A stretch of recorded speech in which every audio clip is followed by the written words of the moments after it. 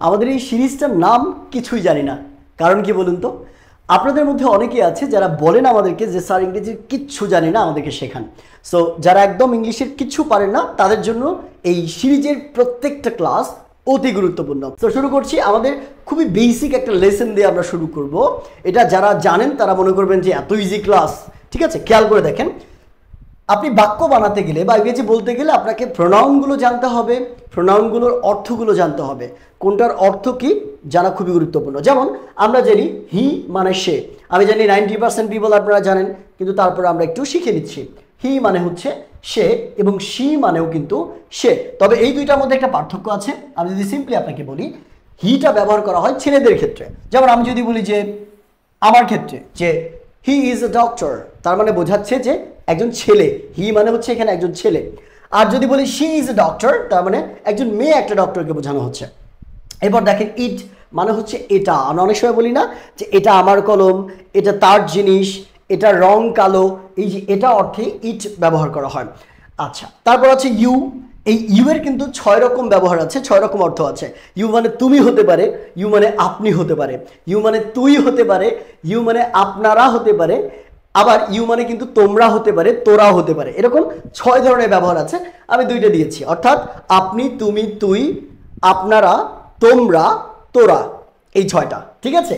We মানে হচ্ছে আমরা, উই মানে কি আমরা, এই যে আমরা সবাই মিলে একসাথে ইংরেজি শিখছি, এটাকে আমরা বলি আমরা, উই আর লার্নিং টুগেদার। তারপর দেখেন দে মানে হচ্ছে তারা, তারা আমরা বলি না তারা আমাদের সাথে দেখা করবে, তারা ওখানে অপেক্ষা করছে, তারা গতকাল আমাদের সাথে কথা বলেছে, এই তারা অর্থে আমরা দে ব্যবহার করি, দে। ওকে, দেম মানে তাদেরকে, তাদেরকে এখানে ডাকো, তাদেরকে এখানে বসাও, তাদের সাথে কথা বলতে যাও, তাদের সাথে আলোচনা করো, এই তাদের কে এরকম অর্থে আমরা দেম ব্যবহার করি, তাদের কে অর্থে আমরা দেম ব্যবহার করছি। দেয়ার মানে হচ্ছে তাদের, কারো কিছু থাকা অর্থে। যেমন তাদের অনেক টাকা আছে, তাদের অনেক সম্মান আছে, তাদের আছে, এই তাদের অর্থে দেয়ার ব্যবহার করা হয়। খুবই সিম্পল কিছু ব্যাপার, এগুলোর অর্থগুলো আমরা একটু মনে রাখবো, যাতে করে নেক্সট ক্লাসগুলোতে বাক্য বানানোর যে প্রসেসগুলো আছে এগুলো আপনাদের জন্য একদম পানির মতো সোজা মনে হয়। আমরা খুব ইজিলি বাক্য বানানো শিখবো এবং কথা বলা শিখবো। দেখেন, মাই মানে হচ্ছে আমার, আমরা অনেক সময় বলি যে আমার মা, আমার বাড়ি, আমার ঘর, ঠিক আছে? খেয়াল করে দেখেন, আমার গাড়ি, এই অর্থে কিন্তু আমরা মাই ব্যবহার করি, খেয়াল করে দেখেন। এরপর দেখেন মাইন, মাইন অর্থ হচ্ছে আমার, তবে এটা ডিফারেন্ট একটা ব্যবহার আছে, আমরা পরবর্তী ভিডিওগুলোতে ইনশাল্লাহ শিখবো। ওকে, আস মানে আমাদেরকে, আস মানে কি আমাদেরকে, তারা আমাদেরকে যেতে বলল, তুমি আমাদেরকে থাকতে বললে, এরকম অর্থে আমাদেরকে অর্থে আমরা আস ব্যবহার করি। ইউর মানে হচ্ছে তোমার বা তোমাদের। মনে আছে কিনা আমি বলেছি ইউ এর কিন্তু 6 ধরনের ব্যবহার আছে, কি তুমি, তুই, আপনি, তোমরা, তোরা, আপনারা।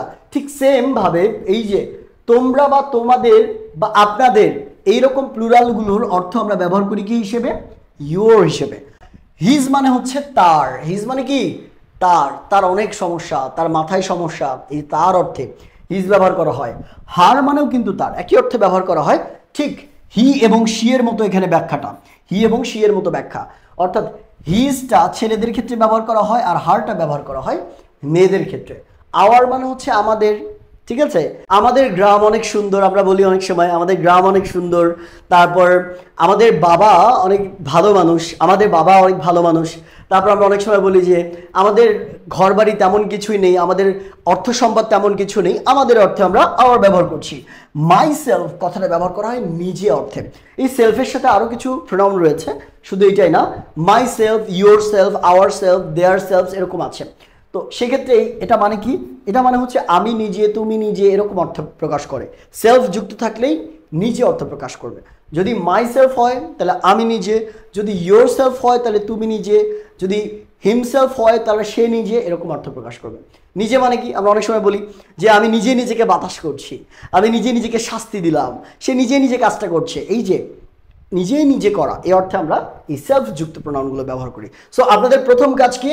প্রথম ক্লাসের প্রথম কাজ হচ্ছে এই সবগুলো প্রোনাউনের অর্থগুলো মুখস্থ করে ফেলা। একটু খুব সুন্দর করে মুখস্থ করে ফেলবেন, যাতে করে পরবর্তী আমাদের ক্লাসগুলোতে খুবই ইজিলি আপনি বাক্য তৈরি করতে পারেন এবং এগুলোর ব্যবহার খুব সুন্দর করে জেনে নেন, ঠিক আছে? সো ক্লাসটা ভালো লাগলে অবশ্যই শেয়ার করে দিবেন। দেখা হবে ইনশাআল্লাহ কিছুই পারি না এই সিরিজের দ্বিতীয় ক্লাসে।